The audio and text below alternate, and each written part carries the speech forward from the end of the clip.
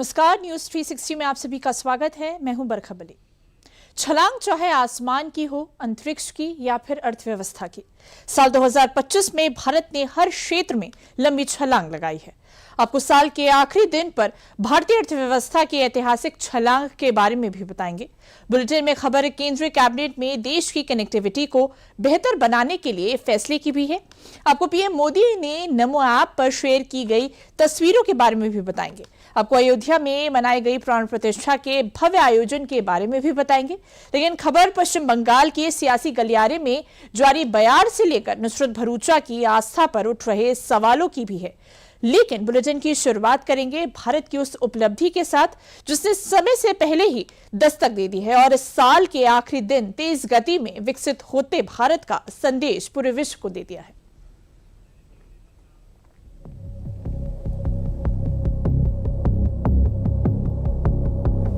कुछ ही देर में 2025 इतिहास होगा, लेकिन भारत के लिए आर्थिक नजरिए से ये साल हमेशा खास रहेगा। ये वही साल है जब भारत एक टिमटिमाते जुगनू से आर्थिक दुनिया का ध्रुव तारा बनकर उभरा है। जब पूरी दुनिया मंदी की आहट और तनाव के बीच जूझ रही है, जब दुनिया भर के निवेशकों के अंदर डर का माहौल है, तब भारत निडरता के साथ अर्थव्यवस्था के शिखर की ओर तेजी से बढ़ा है।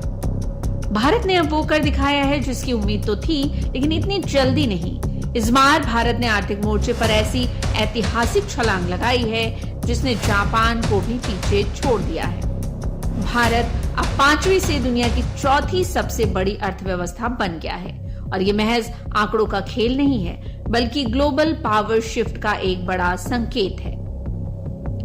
सरकारी आंकड़ों के मुताबिक भारत की जीडीपी 4.18 ट्रिलियन डॉलर के पास पहुंच गई है। अनुमान है कि भारत 2030 तक जर्मनी को पछाड़कर दुनिया की तीसरी सबसे बड़ी आर्थिक महाशक्ति बन जाएगा।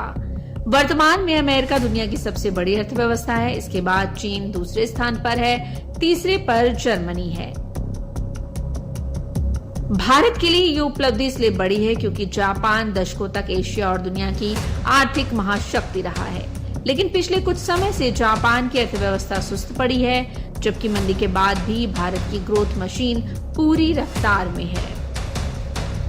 भारत की जीडीपी वित्त वर्ष 2025-26 की दूसरी तिमाही में 8.2% की दर से बढ़ी है।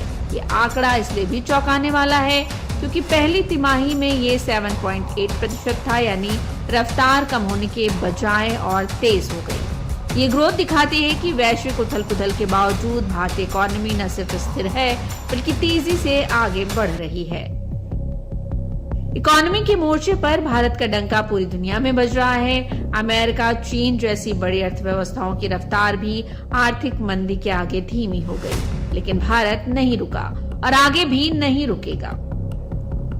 आदरणीय प्रधानमंत्री नरेंद्र मोदी जी की अगुवाई में 2014 से भारत हर सेक्टर में तेजी के साथ आगे बढ़ा है। आर्थिक क्षेत्र में भी अभूतपूर्व प्रगति हासिल की है। बड़े बड़े अर्थशास्त्रियों का मानना है भारत जिस ढंग से प्रगति कर रहा है, शीघ्र ही वो अग्रणी सूची में शामिल होगा। जब 2014 से पहले माननीय मोदी जी ने कमान संभाली थी, तब भारतवर्ष आर्थिक जगत में 11वें नंबर पर था। आज हम चौथे नंबर पर हैं। शीघ्र ही अग्रणी सूची में हम लोग शामिल हो रहे हैं। देखिए, जिस तरह से नरेंद्र मोदी की अगुवाई में भारत का आर्थिक विकास हुआ है, चौथा का जल्दी तीसरा बनेगा। आज भारत एक बहुत ही ग्लोबल पावर है। मैन्युफैक्चरिंग में, ट्रेड एंड सर्विसेज में भारत के आईटी प्रोफेशनल्स बाकी सब कहां से कहां देश को ले गए। देश और आगे बढ़ेगा और आज बहुत अभिनंदन हमारे प्रधानमंत्री का। उनकी अगुवाई में भारत की आर्थिक व्यवस्था और आगे बढ़ेगी। भारतीय अर्थव्यवस्था की इस ग्रोथ में निजी खपत और मजबूत घरेलू मांग का बड़ा हाथ माना जा रहा है। सरकार का कहना है कि देश में बेरोजगारी दर में गिरावट आ रही है और महंगाई भी नियंत्रण के दायरे में बनी हुई है। भारतीय अर्थव्यवस्था को लेकर वर्ल्ड बैंक, IMF और मूडीज जैसी अंतर्राष्ट्रीय संस्थाओं ने भी सकारात्मक अनुमान जता चुके हैं और ये इसलिए हो रहा है क्योंकि भारत अब हर मोर्चे पर बेहतर कर रहा है। आम जनता के लिए सबसे बड़ी राहत महंगाई के मोर्चे पर देखने को मिली। साल 2025 की शुरुआत में खुदरा महंगाई 4.26% थी, लेकिन नवंबर आते आते ये खुदरा महंगाई 0.71% पर आ गई। नेशनल स्टैटिस्टिक्स ऑफिस के आंकड़ों के मुताबिक देश की कुल बेरोजगारी दर अक्टूबर के 5.2% से घटकर नवंबर में 4.7% पर आ गई है। ग्लोबल चुनौतियों के बावजूद भारत का एक्सपोर्ट बढ़ा है। नवंबर 2025 में मर्चेंडाइज एक्सपोर्ट $38.13 बिलियन रहा, जो साल की शुरुआत में $36.43 बिलियन था। भारत में ये बदलाव तब हुए हैं जब दुनिया राजनीतिक अस्थिरता से भी जूझ रही है।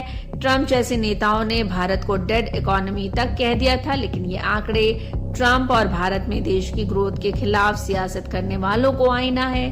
बीजेपी ने राहुल गांधी के एक ऐसे ही बयान को लेकर तंज कसा है।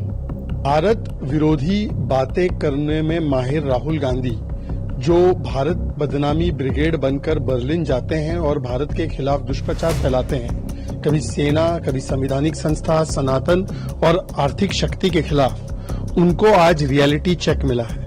ये राहुल गांधी बोलते थे कि भारत की इकोनॉमी डेड है, भारत की अर्थव्यवस्था और प्रोडक्शन डेड है। ये लीडर ऑफ प्रोपेगेंडा है, ये लीडर ऑफ ऑपोजिशन नहीं है।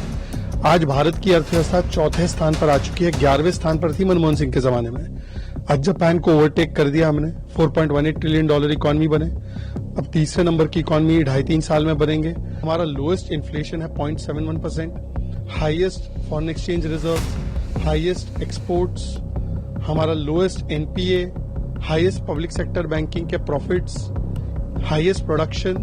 आईफोन हो, सैमसंग हो, यही भारत में बन रहा है। डिफेंस एक्सपोर्ट्स बढ़ते जा रहे हैं। ये पहले कभी नहीं हुआ। राहुल गांधी का पॉलिटिकल करियर डेड है। राहुल गांधी कुंठित है। राहुल गांधी मोदी विरोध में, भारत के विरोध में उतर आते हैं।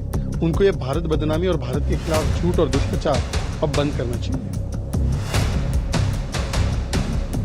भारत 2047 तक उच्च मध्यम आय वाला देश बनने के लक्ष्य की ओर तेजी से बढ़ रहा है।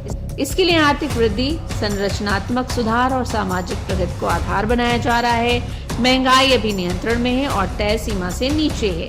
बेरोजगारी धीरे धीरे कम हो रही है और देश के निर्यात में लगातार सुधार हो रहा है। इसके साथ ही आर्थिक हालात भी ठीक हैं। कारोबारियों को बैंकों से आसानी से कर्ज मिल रहा है, बाजार में मांग बनी हुई है और शहरों में लोगों के खर्चे बढ़ने से खरीद फरोख्त को सहारा मिल रहा है। हालांकि इन सबके बीच ये भी समझना जरूरी है कि जीडीपी कैसे बढ़ती घटती है। जीडीपी को घटाने या बढ़ाने के लिए 4 महत्वपूर्ण इंजन होते हैं। पहला है आप और हम। आप जितना खर्च करते हैं वो हमारी इकोनॉमी में योगदान देता है। दूसरा है प्राइवेट सेक्टर की बिजनेस ग्रोथ, ये जीडीपी में 32% योगदान देती है। तीसरा है सरकारी खर्च, इसका मतलब है गुड्स और सर्विसेज प्रोड्यूस करने में सरकार कितना खर्च कर रही है, इसका जीडीपी में 11% योगदान है। और चौथा है नेट डिमांड। इसके लिए भारत के कुल एक्सपोर्ट को कुल इंपोर्ट से घटाया जाता है, क्योंकि भारत में एक्सपोर्ट के मुकाबले इंपोर्ट ज्यादा है, इसलिए इसका इम्पैक्ट जीडीपी पर निगेटिव ही पड़ता है। वहीं अब भविष्य के लिए अनुमान है कि भारत 2030 तक $7.3 ट्रिलियन की इकोनॉमी बन जाएगा। वैसे भारत पहले से ही दुनिया की सबसे तेजी से बढ़ती अर्थव्यवस्था बना हुआ है, इसलिए माना जा रहा है कि ये तो बस शुरुआत है। अगले कुछ सालों में भारत जर्मनी को भी पीछे छोड़ देगा और 2030 तक दुनिया की तीसरी सबसे बड़ी आर्थिक महाशक्ति बन जाएगा।